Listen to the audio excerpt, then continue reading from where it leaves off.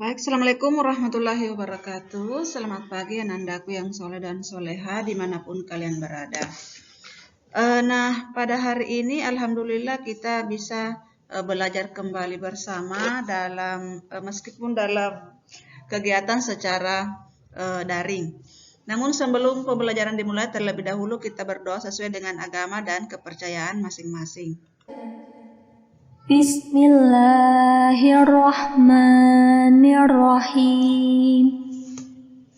Rabbi zidni ilman warzuqni fahma. Iya.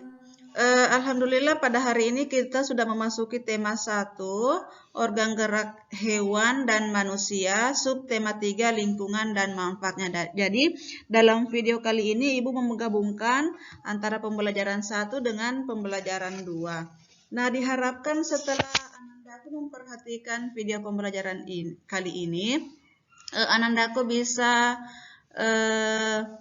menjelaskan cara memelihara kesehatan organ tulang dengan baik dan benar, kemudian dapat menyebutkan jenis-jenis kelainan pada tulang dengan benar, kemudian dapat membuat komik. Jadi Anandaku diharapkan dapat membuat komik dengan baik dan benar. Nah, perhatikan video penjelasannya agar Anandaku bisa memahami materinya.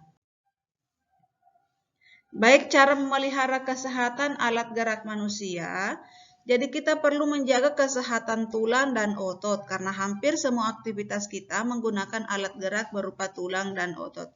Nah, berikut cara memelihara kesehatan alat gerak. Nah, dari gambar ini mungkin Anandaku bisa memahami apa yang dilakukan untuk memelihara kesehatan alat gerak. Iya, jadi berdasarkan gambar ini diharapkan Anandaku dapat makan yang bergizi dan seimbang. Jadi yang bergizi dan seimbang. Kemudian, nah seperti ini posisi tubuhnya bagaimana? Iya, jadi berdiri dengan tegak.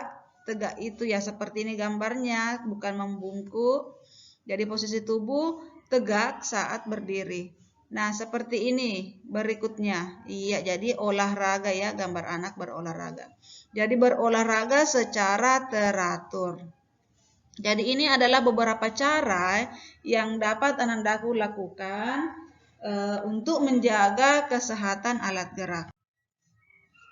Nah, berikutnya ada beberapa penyakit atau kelainan pada alat gerak manusia.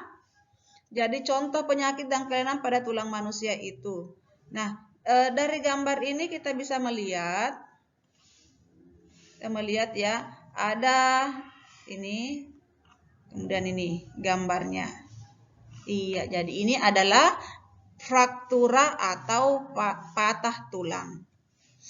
Nah, kelainan pada tulang akibat kecelakaan, baik kendaraan bermotor atau jatuh, dibedakan menjadi 2, yaitu fraktura yang tertutup atau patah tulang yang tidak sampai merobek kulit atau otot, kemudian dan fraktura yang terbuka, patah tulang yang merobek atau menembus kulit otot.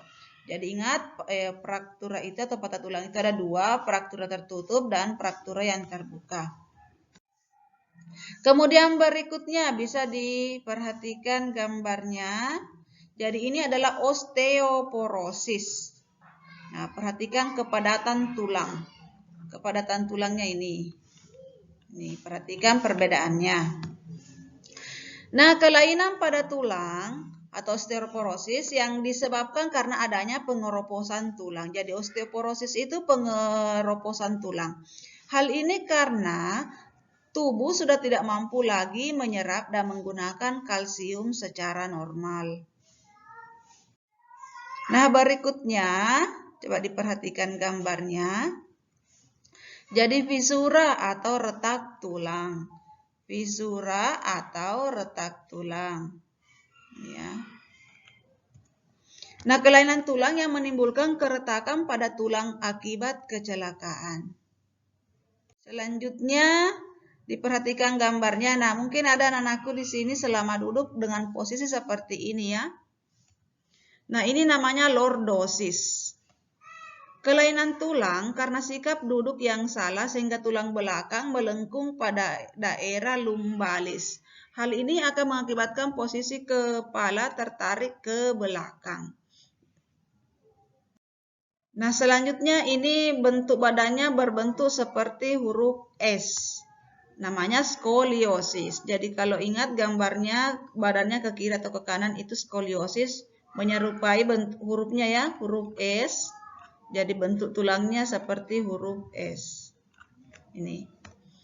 Kelainan tulang karena sikap duduk yang salah, sehingga tulang belakang melengkung ke arah samping. Hal ini akan menyebabkan badan akan membengkok, membentuk huruf S. Nah, selanjutnya kifosis. Kelainan tulang karena sikap duduk membungkuk sehingga tulang belakang membengkok ke belakang.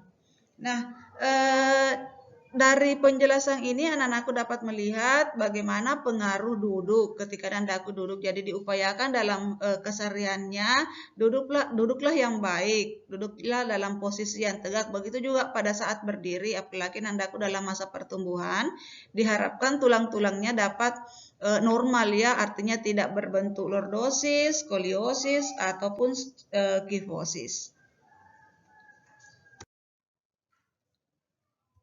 Pengertian komik. Jadi komik adalah cerita bergambar yang bersifat lucu dan umumnya mudah dicerna serta dibuat secara khas dengan paduan kata-kata. Nah, ini adalah contoh komik.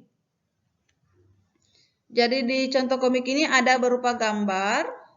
Ini ada gambar yang menarik ya, tentunya full color, artinya diwarnai agar nampak menarik. Kemudian ada balon kata, ini balon kata. Kemudian ada kata-katanya di dalam. Kemudian cerita dalam komik disajikan dengan adegan beberapa gambar yang disusun secara berurutan.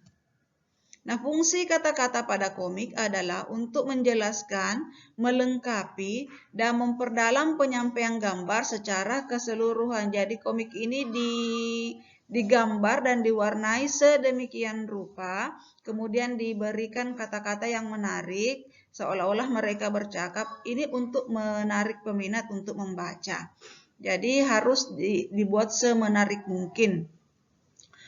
Nah, demikianlah penjelasan kali ini. Semoga Nandaku bisa memahami materinya. Ingat untuk tetap menjaga kesehatan. Demikian, Assalamualaikum warahmatullahi wabarakatuh.